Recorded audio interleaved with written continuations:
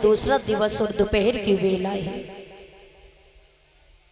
रात्रि की वेला में आप लोगों के समक्ष में ज्ञान भक्ति वैराग का प्रसंग सुनाया गया।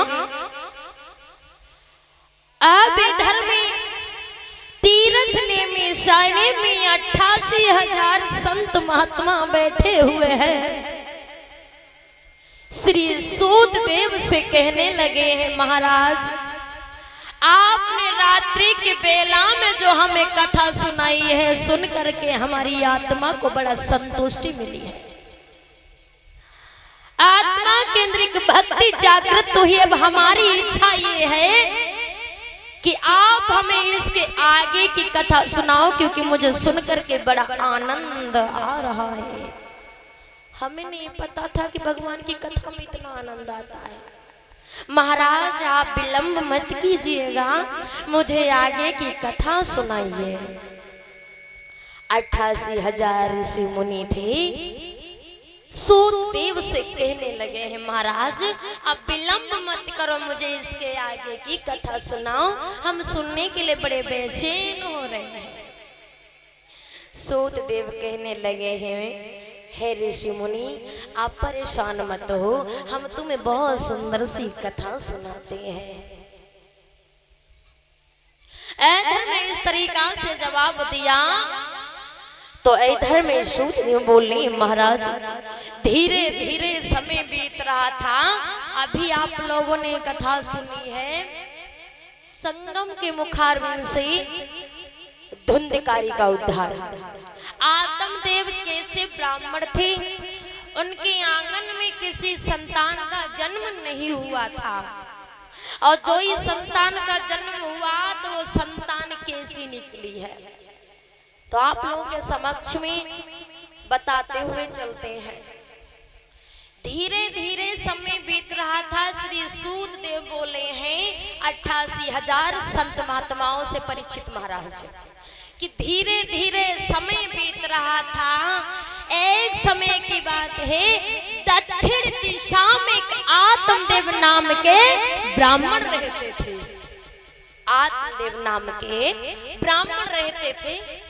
बड़ा ही सुख शांति थी, लेकिन बस एक ही बात की बड़ी चिंता खाया जा रही थी कि महाराज आत्मदेव के आंगन में किसी पुत्र का जन्म नहीं हुआ।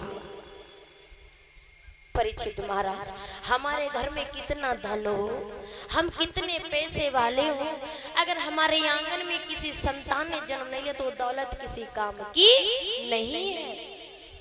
क्योंकि हर पिता की इच्छा होती है कि हमारे न रहने के बाद में हमारा बेटा जो है हमारे नाम को रोशन करेगा।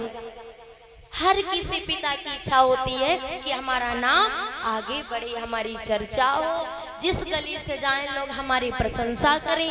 हर व्यक्ति की यही इच्छा होती है। धीरे धीरे समय बीत रहा था। महाराज के आंगन में किसी पुत्र या पुत्री का जन्म नहीं हुआ, और महाराज आत्मदेव की पत्नी थी जिसका नाम था धुंधली। महाराज जिसका नाम था धुंधली, दोनों बड़े ही आराम से रह रहे थे, लेकिन धुंधली बहुत बड़ी क्रकसा थी। और ये दानवीरों के नाम हैं 20 मुद्रा हाकिम कश्यप, भकौरा से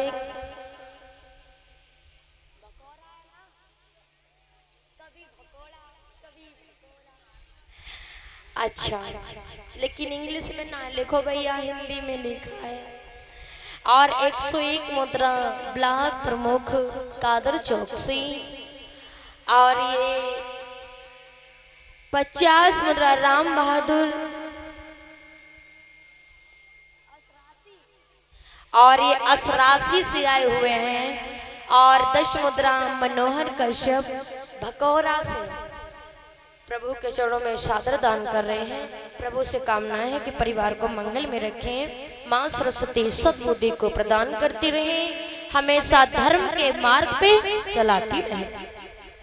और ये 10 मुद्रा अमन कश्यप लो, इसमें भगोड़ा आ गया। और ये 10 मुद्रा प्रगति सुपुत्री महाराम भकोड़ा से, और ये 10 मुद्रा मोर सिंह भकोड़ा से। भैया एक ही बात लिखी हो, ठीक है। बोले गोविंद भगवान की। लला तुम्हारे समझ में ना आए, हाँ चुपचाप धरी रहो तो दद्दू बैठ जा, पुतवा बैठ जाओ, बैठ जाओ, अच्छे बच्चे होते हैं वो शोर नहीं करते हैं। स्कूल पढ़ने जाते हो, मास्टर जी क्या समझाते हैं? जब आप लोगों को पाठ पढ़ाते हैं ना, कोई विषय पढ़ाती हैं, तब शांति से ना कहते हैं शांति बनाए रखो, और जब शांत नहीं होंगे तो समझ में क्या आएगा मास्टर जी क्या कह रहे, तुम क्या सुन रहे हैं? जब भैया सीटी बंद करो, जब शांत रहोगे तभी तो समझ में आएगा, तभी तो पढ़ पाओगे। और जब शांत ना रहे हो तो कैसे समझ में हम क्या कह रहे हैं? और हमारे जो माताएं बहनें और दादा भैया लोग बैठे जो कथा सुन रहे, तुम उन्हें डिस्टर्ब कर रहे हो। थोड़ी देर के लिए मान लो ये तुम्हारा विद्यालय है, एक क्लास लगा हुआ है, ठीक है, शांत रहो। बोली गोविंद भगवान की।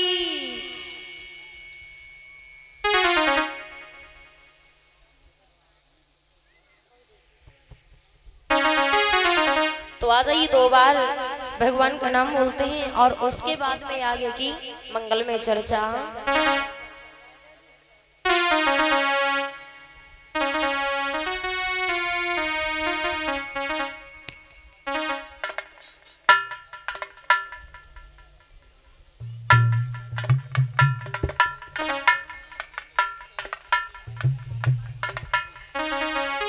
तो आ जाइए भगवान का सुंदर सा संकीर्तन लेकर के चलती हूँ। सभी लोग बोलेंगे, सभी लोग तालियां बजा के पहले हाथ उठाओ। हाँ